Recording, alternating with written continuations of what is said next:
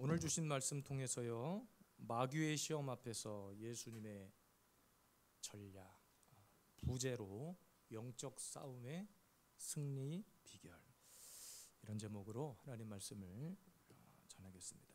우리가 너무나 잘 아는 내용입니다. 지난주도 제가 마태복음 말씀을 전했는데 이렇게 묵상을 하다 보니까 또 마태복음 말씀으로 연결이 되어지네요. 예수님께서 마귀에게 시험을 당하시는 내용입니다. 그러니까 예수님께서 십자가를 지시기 전에 있었던 치열한 영적 전쟁이 있었는데 먼저 그 시험에서 승리하는 내용입니다. 사실 싸움거리가 안 되죠. 예수님과 마귀와의 싸움인데 마귀가 우세냐 예수님이 우세냐 이런 논쟁 자체가 필요 없는, 그야말로 예수님께서 말씀으로 승리하신 내용입니다. 성도 역시 마찬가지입니다. 저와 여러분들도 이 땅에서 수많은 영적 전쟁을 치르면서 살아갑니다. 오늘이 주일이긴 하지만 이 주일 아침 교회에 나오시기까지 또 어떤 분들에게는 치열한 보이지 않는 영적인 싸움이 있었는지 모르겠습니다. 그러니까 언제나 마귀의 공격이 있어요. 성경은 이것을 시험이라고 합니다. 예수님께서 공생의 사역을 시작하시면서 마귀의 시험으로부터 그의 생애를 시작하셨다고 해도 과언이 아닙니다. 사실은 오늘 본문 4장, 이제 그 앞에 있는 3장 내용에 보면 전혀 다른 이야기가 있거든요. 예수님께서 요단에서 세례를 받으셨고 막 세례 받으신 이후에 성령이 비둘기같이 막 임하고 하늘로부터 막 음성이 들리는데 이는 내 사랑하는 아들이요 내가 기뻐하는 자다. 엄청난 메시지들이 막 쏟아지는 영광의 순간이 있었는데 바로 이어지는 4장 말씀에서 바로 마귀의 시험이 나타나는 거예요. 그러니까 여러분, 시험이라고 하는 것은 우리가 바닥에 있을 때도 물론 시험이 오지만 때로는 정상에 있는 자리에서 찾아오는 경우가 많아요. 그래서 마귀의 시험은 때와 장소를 가리지 않습니다. 내가 오늘 이렇게 교회에 나와 있다고 시험이 없는 것이 아니에요. 예배를 드려도 시험은 찾아옵니다. 어떻게 보면 예배를 드렸기 때문에 시험이 찾아오는 거일 수도 있어요. 너 이런 상황에서도 너 예배 드렸냐? 너 이렇게 기분 나쁜 시간 속에서도 너 지금 교회에 있는 것이 말이 되냐? 마치 그와 같이 마귀는 우리에게 얼마나 달콤하게 속삭이는지 몰라요. 그래서 마귀의 시험은 때와 장소를 가리지 않는 거예요. 열왕기상 19장에도 보면 엘리야가 850명의 그 적군을 물리쳐서 승리의 기쁨을 만끽해도 부족한 시간에 또 시험이 찾아오잖아요. 그래서 로뎀나무 밑에서 나를 죽여주세요, 나를 데려가 주세요 이러고 있는 거예요. 그러니까 언제든지 마귀는 그런 존재입니다. 오늘 예수님의 시험은 크게 세 가지입니다. 우리에게도 언제든지 얼마든지 찾아올 수 있는 시험이고 영적 공격이에요. 그런데 답은 나와 있습니다. 그 마귀의 패턴을 알면 이길 수 있는 거예요. 오늘도 그 예수님의 전략으로 저와 여러분들의 인생 앞에 찾아온 그 시험에서 완전하게 승리하고 날마다 그 승리의 양각 낙팔이 여러분의 인생 가운데 펼쳐지기를 주님의 이름으로 축복합니다. 아멘. 마귀의 시험 앞에서 예수님의 전략, 영적 싸움의 승리 비결, 첫 번째는요, 이런 시험이었습니다. 이 돌들로 떡덩이가 되게 하라. 본문 3절 한 번 더 묵상합시다. 시험하는 자가 예수께 나와서 이르되 내가 만일 하나님의 아들이거든 명하여 이 돌들로 떡덩이가 되게 하라. 물질적인 시험이거든요. 여러분, 예수님께서는 오늘 여러 가지 시험 중에 첫 번째 시험에 드시는데 오늘 본문 2절에 보면 40일을 금식한 이후에요. 40일 금식한 이후에 아주 극심히 줄인 상태입니다. 여러분, 우리 속담에 사흘을 굶으면 도적질을 안 할 사람이 없다 이런 말이 있어요. 사흘을 굶으면 남의 집 담을 안 넘을 사람이 없다 이런 속담이 있습니다. 그러니까 40일, 하루 이틀도 아니고 40일을 굶주리셨다는 것은 정말 견디기 힘든 고통이에요. 제가 아는 어떤 사람도 40일 금식하고 막 이빨 다 빠지고 얼굴이 그냥 해골만 남아서 거의 죽기 직전의 사람 제가 여럿 봤거든요. 가난도 힘들지만 여러분, 때로는 굶주린 것 때문에 막 성격도 황폐해지는 경우를 많이 봅니다.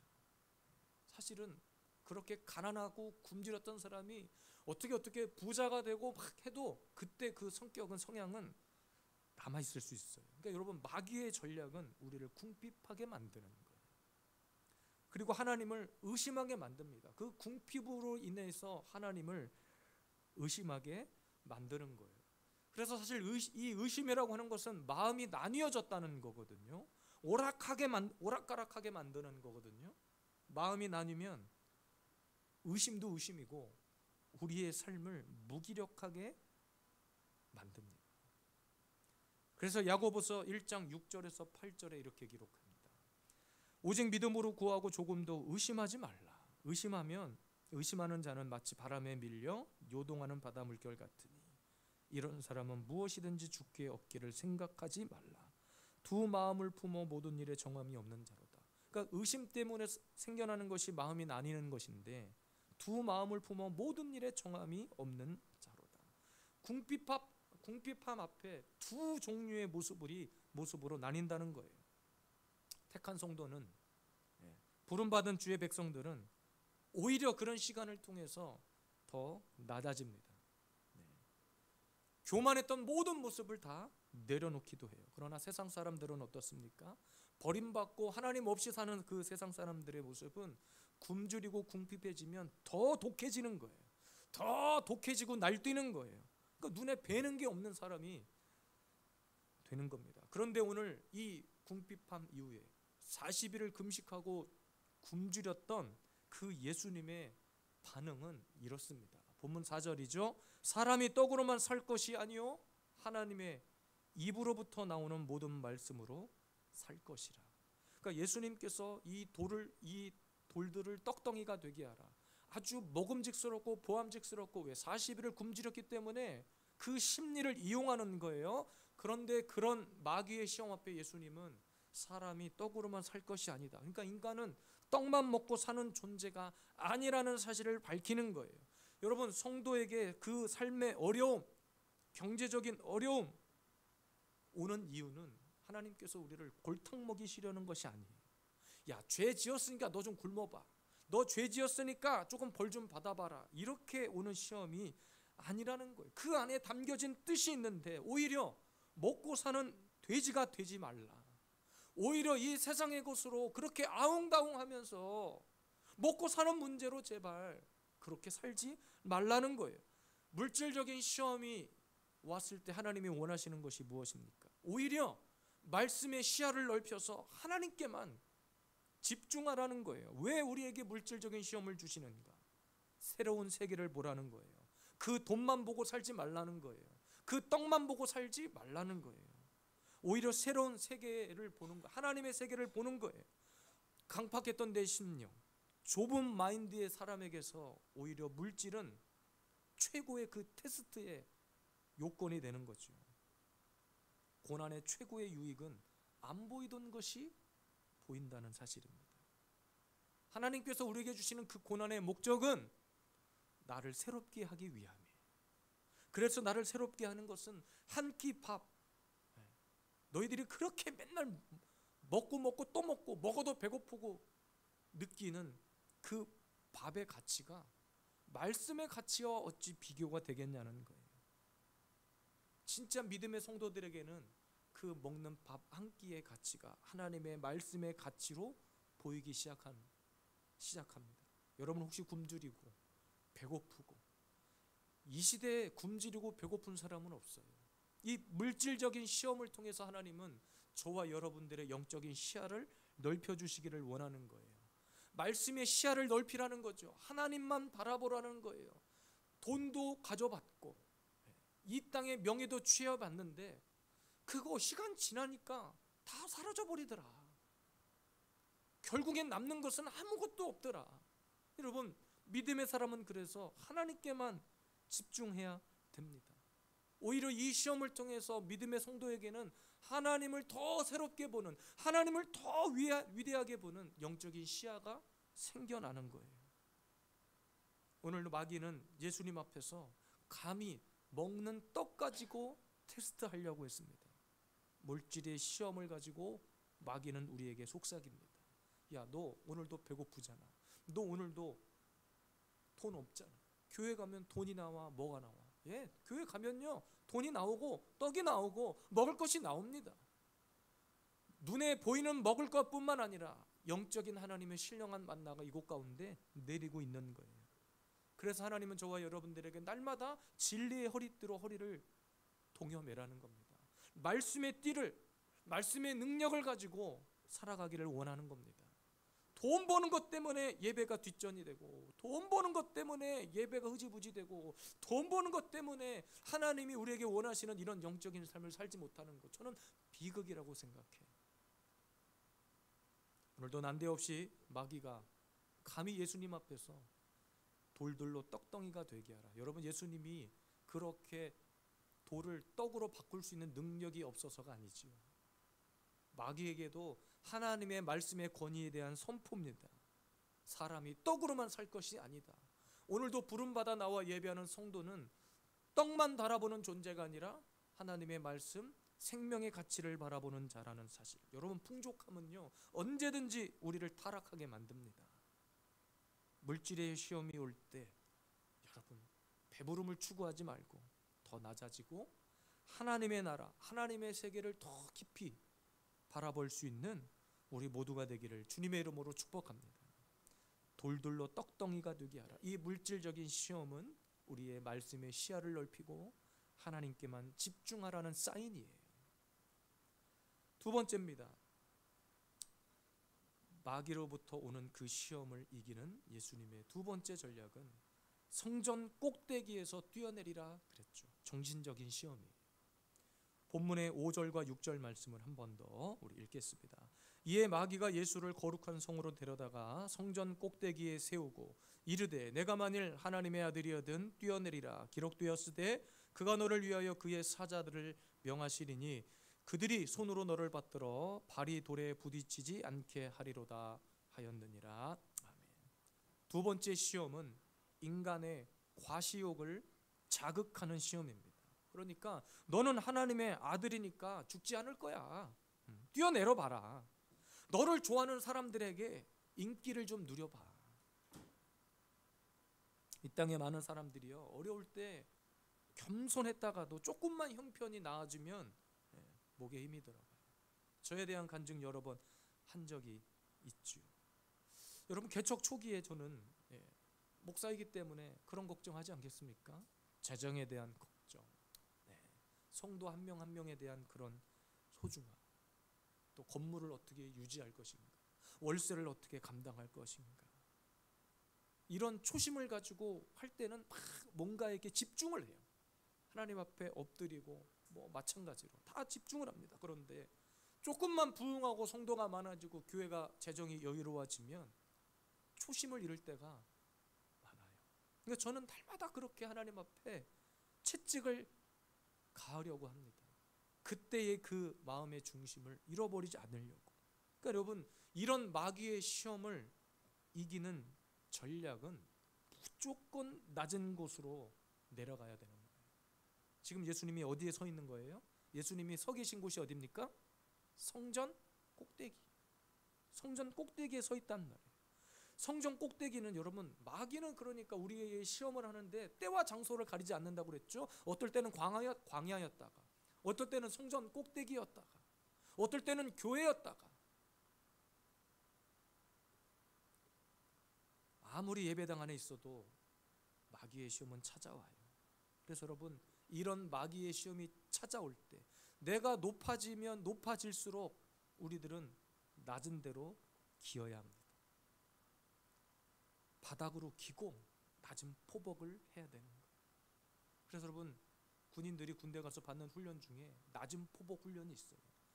철조망을 통과하려면 반드시 낮은 포복으로 기어야만 통과할 수 있어요. 철조망을 내가 서서 손으로 잡고 통과하는 것은 있을 수 없어요. 찔리고 아프고 피나고 상처나고, 그래서 조금 힘들지만 바닥으로 기어요. 그래야 철조망을, 힘든 환란의 시간을 통과할 수 있기 때문입니다. 사실 여러분, 세상에 많은 사람들이 높은 곳을 선호하죠. 높은 곳에 올라가는 것을 좋아합니다. 인류 대학에 가는 거, 이름 있는 좋은 회사에 취업하는 거, 어떤 영향력 있는 자리에 내가 서 있는 거.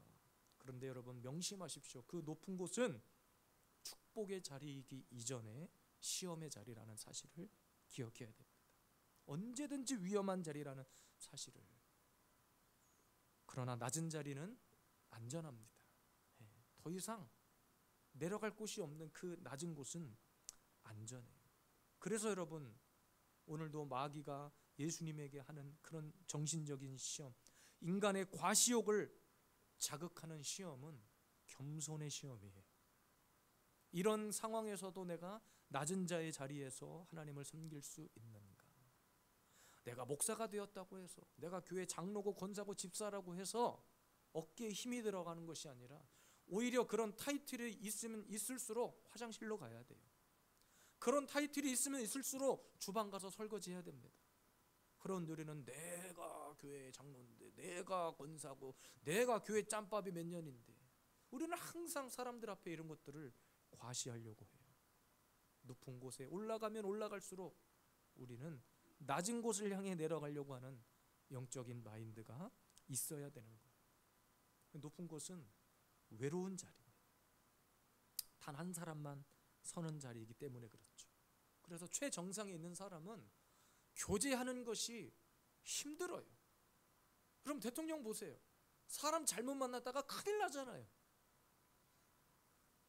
공식적인 자리 아닌 비공식 자리에서 잘못 만났다가도 그냥 뻥뻥 터지고 사고 나잖아요. 그러니까 정상의 자리는 교제가 불가능한 자리예요. 하나님이 필요하면 저와 여러분들도 그런 자리로 올려주시지만, 사실은 그곳은 오래 머물 자리는 아니라는 사실입니다. 왜 우리가 바다를 모든 신의 왕이라고 하는 줄 아세요? 바다는 가장 낮은 곳에 있기 때문에 그렇습니다. 모든 시내가 흘러서 바다로 모이기 때문에 그렇습니다. 그러니까 오늘도 저와 여러분들이 그런 바다와 같은 인격을 가지려면, 바다와 같은 그런 인격을 소유하려면 낮은 곳으로 향해야 됩니다. 마태복음 10장 43절에서 44절에 이렇게 기록합니다. 예수님께서 하신 말씀이거든요. 너희 중에는 그렇지 않을지니 너희 중에 누구든지 크고자 하는 자는 너희를 섬기는 자가 되고, 너희 중에 누구든지 으뜸이 되고자 하는 자는 모든 사람의 종이 되어야 하리라. 읽진 않았지만 45절에 예수님께서 오신 이유는 섬김을 받으려고 하는 것이 아니라 내가 섬기러 왔다, 이런 말씀이 기록되어 있어요. 그래서 여러분, 낮아진다고 하는 말, 내가 겸손해졌다는 말은 모든 사람을 다 존귀하게 여길 수 있다는 뜻이에요. 낮은 자리에 있는 사람만이 모든 사람을 존귀하게 여기지, 높은 정상에 있는 사람은 달라요. 보는 시야가 달라요. 생각하는 마인드가 달라요. 교만한 사람은 항상 사람을 무시해요. 자기 빼고 다 문제가 있다고 생각하는 사람들이에요. 예수님은 죽으실 때도 어떻게 죽으셨어요? 자기 옆에 강도와 함께 죽으셨어요. 강도와 함께. 그러니까 예수님의 죽음조차도 영화롭지 못했습니다. 그런데 이 땅에 많은 사람들은 죽을 때도 영화롭게 죽고 싶어요. 죽었는데도 그냥 그렇게 귀한 옷으로 싹 매고 싶어가지고 그 온갖 금은 보화 보석으로 막 수의 옷을 어떻게 해야 된다는 둥, 뭘 해야 된다는 둥. 죽었는데 나는 그게 무슨 소용인가 싶어요. 사람이 죽었는데도 이 땅에 많은 사람들은 죽을 때도 그렇게 죽고 싶어 한단 말이에요. 그래서 우리는 성경을 바로 알아야 돼요. 예수님은 십자가에 돌아가셨을 뿐만 아니라, 여러분, 십자가에서 돌아가셨다는 것은 그 당시에 가장 잔혹한 사형의 형벌로 돌아가셨다는 거예요. 그런데 그 죽는 순간에도 그 옆에 달려있는 사람이 강도였어요. 누구도 예수님의 죽음을 영화롭게 생각하지 않으셨단 말이에요. 그래서 여러분, 성경을 바로 아는 사람일수록 겸손해집니다. 겸손은 나를 발견하는 거예요. 사람에게 인정받고 사람에게 인기를 얻으려고 하는 것이 아니라 그런 것조차도 다 내려놓는 사람입니다. 오늘도 마귀는 예수님을 성전 꼭대기에 올려서 세상의 영광을 다 보여준 뒤에 나에게 경배하면 이 모든 것을 다 줄게. 얼마나 달콤한 유혹입니까? 그런데 예수님 자신이 하나님이신데 지금 마귀가 지금 감히 하나님 앞에 세상 영광을 다 주겠다고 꼬드기는 거예요. 근데 이 시대 많은 성도들이 그 속삭임 앞에 다 철저히 무너지고 있다는 사실입니다. 우리 사랑하는 예수비전 제원교회 성도 여러분, 혹 내가 높아지는 자리에 있다면, 하나님께서 나를 지금 높여주고 계시다면 우리의 마음은, 우리의 중심은 낮은 곳으로 향할 수 있기를 바랍니다. 다음 주부터 저 뒤에 딱 봉사자 이름에 내 이름이 붙어있다. 하나님이 나를 낮은 곳으로 가라고 명하시는구나. 나를 낮은 곳에서 봉사하라고 하시는구나. 함께 섬기고 주님이 높여주시는 자리에 다 설 수 있기를 주님의 이름으로 축복합니다. 마지막 세 번째입니다. 마귀의 시험으로부터 예수님께서 어떤 전략으로 이기셨는가? 세 번째는 천하만국의 영광을 보여줬습니다. 영적인 시험입니다. 본문 8절에서 10절입니다. 함께 읽겠습니다. 마귀가 또 그를 데리고 지극히 높은 산으로 가서 천하만국과 그 영광을 보여 이르되 만일 내게 엎드려 경배하면 이 모든 것을 너에게 주리라. 이에 예수께서 말씀하시되 사탄아 물러가라. 기록되었으되 주 너희 하나님께 경배하고 다만 그를 섬기라 하셨느니라. 오늘 말씀 8절에 또라고 되어 있습니다. 또 그러니까 마귀의 시험은 정말 다양하고 끝이 없다는 거예요. 광야였다가 산이었다가 성전 꼭대기였다가 광마 어디든지 지치지 않는 에너자이저 같이 마귀는 우리를 무너뜨리려고 합니다. 이번에는 세상의 영광을 보여주며 예수님에게 자신에게 경배하면 다 주겠다고 합니다. 인간의 심리를 자극하는, 뭔가 인간의 그 소유하고 싶어하는 그런 심리를 자극하는, 내가 가진 것이 다 최고라고 여기는 그런 심리를 이용한 시험입니다. 그러니까 여러분, 마귀는 언제나 우리에게 좋은 것을 보여줘요. 좋은 것을 보여주고 그것이 최고라고 여기게 만듭니다. 이때 많은 사람들이 요동치는 거예요.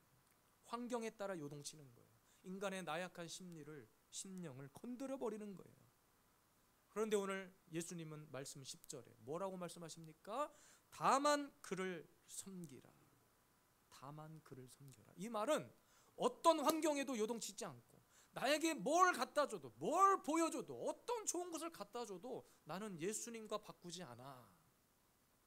이 고백이에요. 환경에 요동치지 않는, 좋은 것을 보여주며 속삭이지만 그런 환경과 상관없이 나는 오직 한 길, 오직 예수 그리스도, 오직 낮은 곳. 나는 낮은 곳이 편해. 가끔 여러분 침대에서 잠을 자다가 방바닥에서 자는 것이 편할 때가 있어요. 방바닥에서. 오히려 많은 사람들의 뼈가 왜 문제가 생기느냐, 침대에서 자기 때문에 뼈가 문제가 생긴다고 하는 그런 연구 결과도 있어요. 그 옛날에 우리나라는, 우리 선조들은 다 침대 없이도 건강하게 사셨거든요. 어쨌든 저와 여러분들에게는 이런 해병대 같은 신앙이 필요해요. 왜 해병대를 막 높이 사는 줄 아세요? 해병대는 돌격. 그래서 머리도, 해병대 머리는 돌격머리라고 해요. 어디든지 그냥 밀고 들어가겠다는 거예요. 어떤 환경에서든지 그냥 바다면 바다, 산이면 산, 땅 지하면 지하. 그래서 우리는 특공대라는 이름을 가지고 이런 전투적인 신앙 자세가 필요해요. 어떤 환경에서도 우리가 하는 기도, 예배, 요동치면 안 된다는 거예요. 사막이면 사막, 지상전이면 지상, 또 하늘이면 하늘, 어디든지 그냥 낙하산 메고 떨어져라 하면 떨어지는 거예요. 그러면 군인들이 메고 떨어지는 낙하산은 일반 낙하를 즐기는 그런 익스트림 스포츠와 달라요. 뭐가 다른 줄 아세요? 군인들이, 특공대들이 매는 낙하산에는 구멍이 뚫려 있어요. TV를 잘 보시고 유튜브를 봐보세요. 군인들이, 특공대들이 메고 내리는 딱 펼쳐지는 낙하산은 중간중간에 구멍이 뽕뽕뽕 뚫려 있어요. 그 이유가 뭐냐면 빨리 다른 사람들보다 저 빨리 낙하 지점에 낙하하기 위해서 구멍을 뚫어놨대요. 낙하하는 속도가 얼마나 빠르겠어요. 그래서 일반 클라이밍 스포츠로 즐기는 낙하산은 펴는 순간 서서히 그냥 온 자연을 만끽하며 이렇게 떨어지는데, 군인들은, 특공대들은 거의 직활강하듯이 낙하산이 떨어져요. 빨리 적진에 침투해서 임무를 완수하기 위함입니다. 그러니까 저와 여러분들의 가지고 있는 이 영적인 신앙 상태의 마인드가 그와 같아요. 느긋하게 여기도 둘러봤다가 저기도 둘러봤다가 저쪽에 또 가봤다가 이 교회 찾아가 봤다가 또 저쪽 교회 가봤다가, 그럴 시간이 없습니다. 저와 여러분들에게는 그런 환경 따위는 중요하지 않아요. 이 돌격 해병대 같은 신앙의 모습이 필요한 거예요. 우리 신앙생활에 왜 타격을 입느냐? 환경의 요동을 치기 때문입니다. 좋을 땐 다 좋지요. 내가 평안하고 내가 뭔가 삶에 문제가 없을 때는 그냥 예배 시간에도 은혜를 받아서 좋은 게 아니라 그냥 좋아. 내가 평안하니까. 근데 조금만 삶에 어려움이 찾아오면 어때요?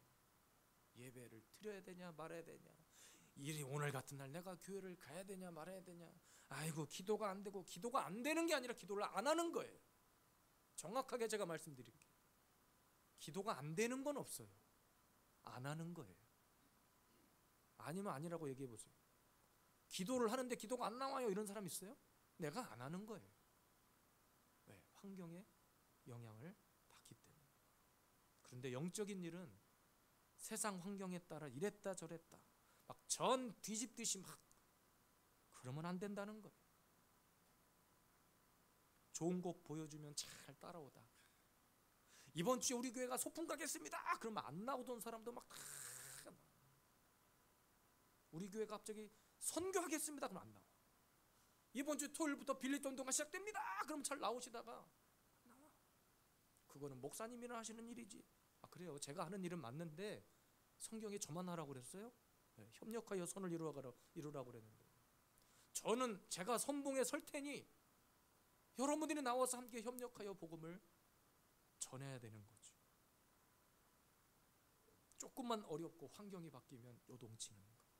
저와 여러분들의 모습이 아닌가 돌아봐야 됩니다.